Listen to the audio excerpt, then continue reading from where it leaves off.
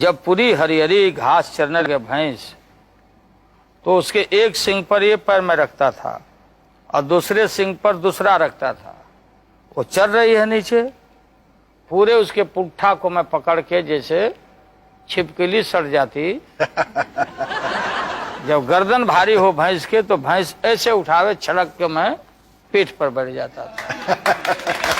और वो पूरी भैंस को, एक बार ऐसी गलती हो गई, भैंस पैर बढ़ा दिया, मेरा पैर नीचे चला गया और ये पूरा का पूरा नाखून मेरा भैंस के नाखून से समाप्त हो गया। लेकिन आप तफरी के लिए, मनोरंजन के लिए क्या करते थे? गर्मी के दिन में चूंटे बड़े बड़े होते थे, चूंटा होता काला, जी, जो बहुत जोरों से बड़े काटता है। और किसी लड़का को, दोस्त को तंग करना है तो सोया हुआ है, चूंटा का पीछा का भाग काट देते थे, पकड़ के कान में सटा दिया। तो रात को हम सब बच्चे जुटते थे गांव में, सोने के पहले सो नहीं जाते थे, और एक दूसरे का कान पकड़ के झुंड बना के,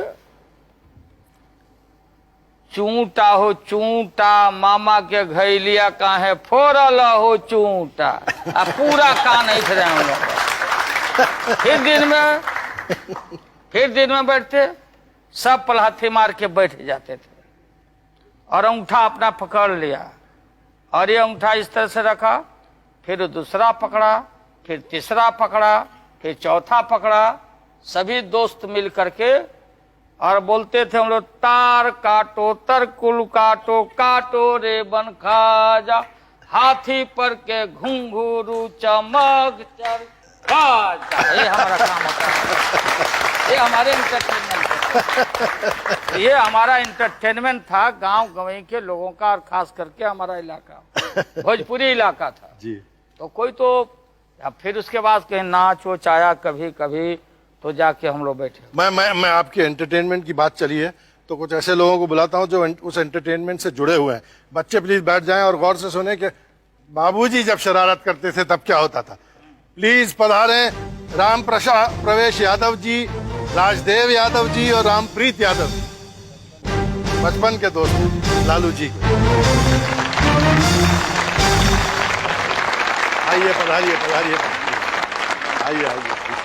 लालू जी बता रहे थे कि कैसे बचपन में जो है शरारतें करते थे और आप लोग मिलकर, और कैसे किसी के कान पे जो है चूंटा चिपका दिया किसी, तो ये इसमें आप लोग भी शामिल होते थे और सिर्फ आप ही के कान पे चिमटा लगता था या कभी लालू जी के कान पे भी लगता था? वो किसी को कान में बहुत तेज थे उस टाइम में, यही पहले धरा देते थे किसी को कान में। और हम लोग गाय भैंस चराते थे। इसके बाद ये सिपाही बनते थे, हम लोगों को चोर बनाते थे। किसी को चौकीदार बनाते थे, हम लोग के गमछा है न से हाथ बनवाते थे। अब पुल जो होता है देहात में, उसी में हम लोगों को बंद कराते थे, फिर छोड़वाते थे।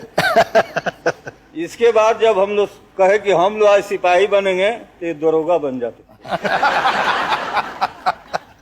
तो ये लालू जी बता रहे थे कि आप लोग खूब बैठ के जो है दिन में कभी रात में खूब गाने वाने गाते थे, खूब संगीत होता था गांव का, तो उसमें से कोई ऐसे गीत वगैरह आप लोगों को याद है? हाँ, हमको थोड़ा याद है। हाँ जी, तो फिर फरमाइए ना। बेंगवा का नहीं थे बोला, एक नाम बेंगवा रखे हुए थे, बेंगवा माने फ्रॉग। ये बहुत धूर्त था उस समय, इसका नाम था, हम लोग रखे थे बेंगा, नाटा था हमसे।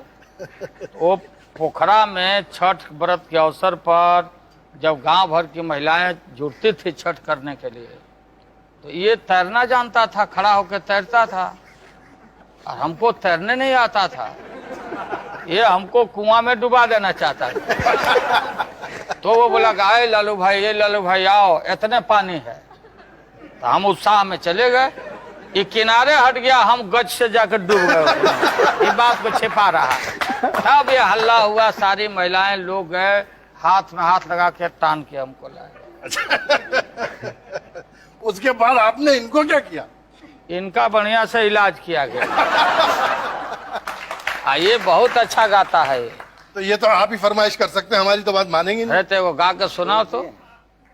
खबरदार खूनी दरिंदों से रहना, खबरदार खूनी दरिंदों से